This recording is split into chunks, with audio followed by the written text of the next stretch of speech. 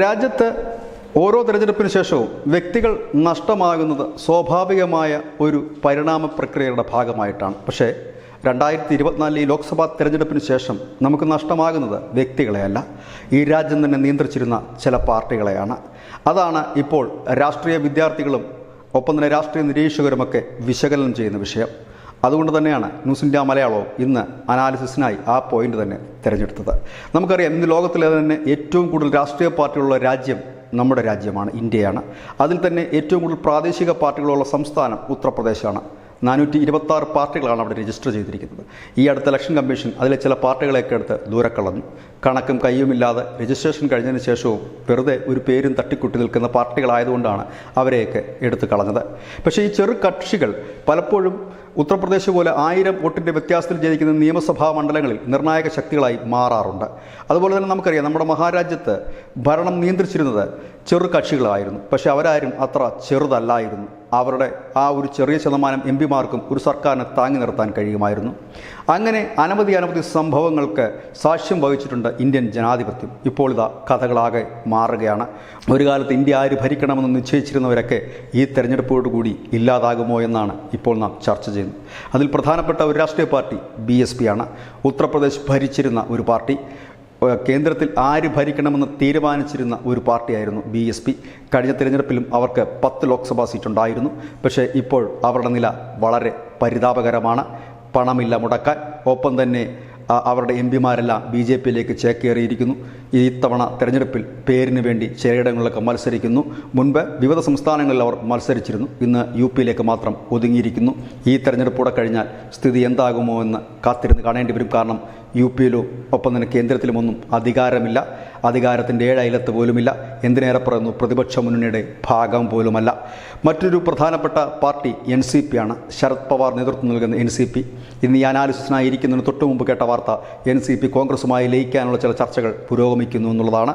കാരണം NCPയുടെ പ്രധാനപ്പെട്ട ഭാഗവും കൊണ്ട് അനന്തരവൻ ഈ ശിവസേന BJP പക്ഷത്തേക്ക് പോയി. അതോടുകൂടി ശക്തിയുണ്ടായിരുന്ന മഹാരാഷ്ട്രയിൽ അവർ ഒന്നുമല്ലാതായിത്തീരുന്ന അവസ്ഥ. ഇനി ആ സംഘടനയെ മുൻപോട്ട് നയിക്കാൻ ശരത് പവാറിനുമാകുന്നില്ല. ശരത് പവാറിന് പിൻഗാമിയായി സ്വന്തം മകൾ സുപ്രിയ സുലെയെ നിയമിച്ചുവെങ്കിലും അവർക്കും ആ പാർട്ടിയെ മുൻപോട്ട് കൊണ്ടുപോകാനുള്ള കരുത്തില്ല. ആ പാർട്ടിയും ഒടുവിൽ അലിഞ്ഞ് ഇല്ലാതാകും. കുറച്ചു പേരൊക്കെ കോൺഗ്രസിൽ ചേരുമായിരിക്കും.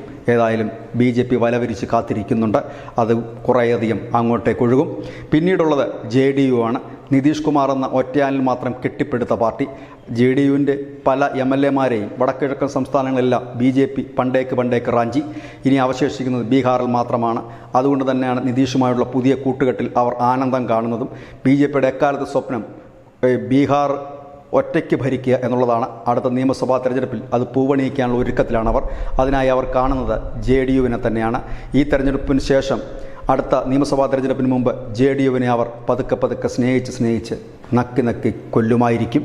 പിന്നെയുള്ളത് ശിവസേനയാണ്. ശിവസേന ഇപ്പോൾ 3 വിഭാഗമാണ്.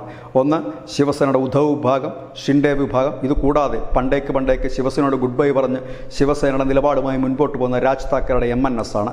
ഇപ്പോൾ ഏറ്റവും ഒടുവിൽ കേൾക്കുന്നത് വാർത്ത, BJP ആഗ്രഹിക്കുന്നത് രാജ് താക്കറെ അധ്യക്ഷനാക്കിക്കൊണ്ട് ഈ ഷിൻഡെ പക്ഷവും MNSും കൂടെ ലയിപ്പിച്ച് ഒറ്റ ശിവസേനയാക്കാനാണ് എന്നാണ്. ഈ തെരഞ്ഞെടുപ്പിന് ശേഷം ഉദ്ധവ് താക്കറെ ഒന്നുമല്ലാതെ വരുന്നൊരു സ്ഥിതിവിശേഷത്തിൽ ആ ശിവസേനയുമായി ഒന്നുചേർന്ന് ഒറ്റ ശിവസേനയാകും. ഇനി 3 ശിവസേന വിഭാഗങ്ങൾ ഉണ്ടാകില്ല.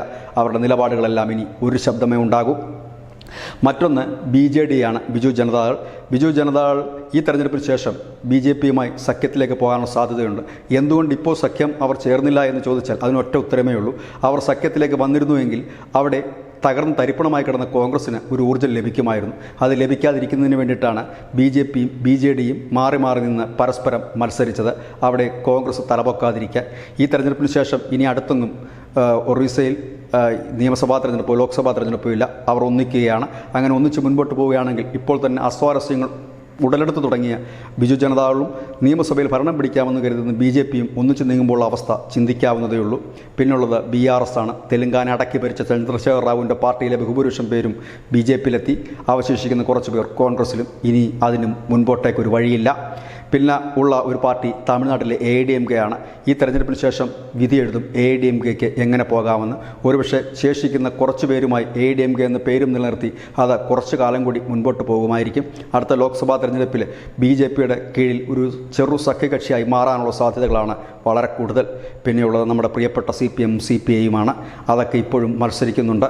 അടുത്ത തവണ ഏത് ചിഹ്നത്തിലാണ് മത്സരിക്കുകയെന്ന് ഈ ജൂൺ 4-ന് ശേഷം മാത്രമേ പറയാൻ കഴിയൂ. ഏതായാലും ഇത്തരം രാഷ്ട്രീയ പാർട്ടികൾ തന്നെയാണ് നമ്മുടെ ജനാധിപത്യത്തിൻ്റെ സൗന്ദര്യം കരുത്തുമൊക്കെ. ആര് ഭരിക്കണമെന്നും എങ്ങനെ ഭരിക്കണമെന്നുമൊക്കെ തീരുമാനിച്ചിരുന്ന ഇവരൊക്കെ ഈ തെരഞ്ഞെടുപ്പിന് ശേഷം നാമാവശേഷമായി തീരുകയാണ്. ചില പാർട്ടികളൊക്കെ മറ്റു പാർട്ടികളുമായി ലയിക്കും, ചില പാർട്ടികളൊക്കെ മറ്റു പാർട്ടികൾ വിഴുങ്ങും. പ്രത്യേകിച്ച് BJP ഒരു ഹോൾസെയിൽ വിഴുങ്ങലുകാരൻ ആയതുകൊണ്ട് തന്നെ ഇതിൽ ബഹുഭൂരിപക്ഷം പാർട്ടി അണികളെയുമൊക്കെ കാവിപ്പട വിഴുങ്ങുക തന്നെ ചെയ്യും. ബാക്കി അവശേഷിക്കുന്ന ഒരുപക്ഷെ കോൺഗ്രസിലേക്ക് പോയേക്കാം. ഭരണമുള്ള സംസ്ഥാനങ്ങളിൽ മാത്രം, അല്ല എങ്കിൽ അവരും കാവിക്കൂടാരത്തിൽ അഭയം കണ്ടെത്തും. ഏതായാലും 2024-ന് ശേഷം 2029-ലേക്ക് എത്തുമ്പോൾ പ്രധാനപ്പെട്ട രാഷ്ട്രീയ പാർട്ടികൾ ഒഴിച്ച് ബാക്കിയുള്ള ചെറു പാർട്ടികളൊന്നും അവശേഷിക്കില്ല. ഇത് ന്യൂസിൻ്റെ മലയാളത്തിൻ്റെ പോയിൻ്റ്. നന്ദി, നമസ്കാരം.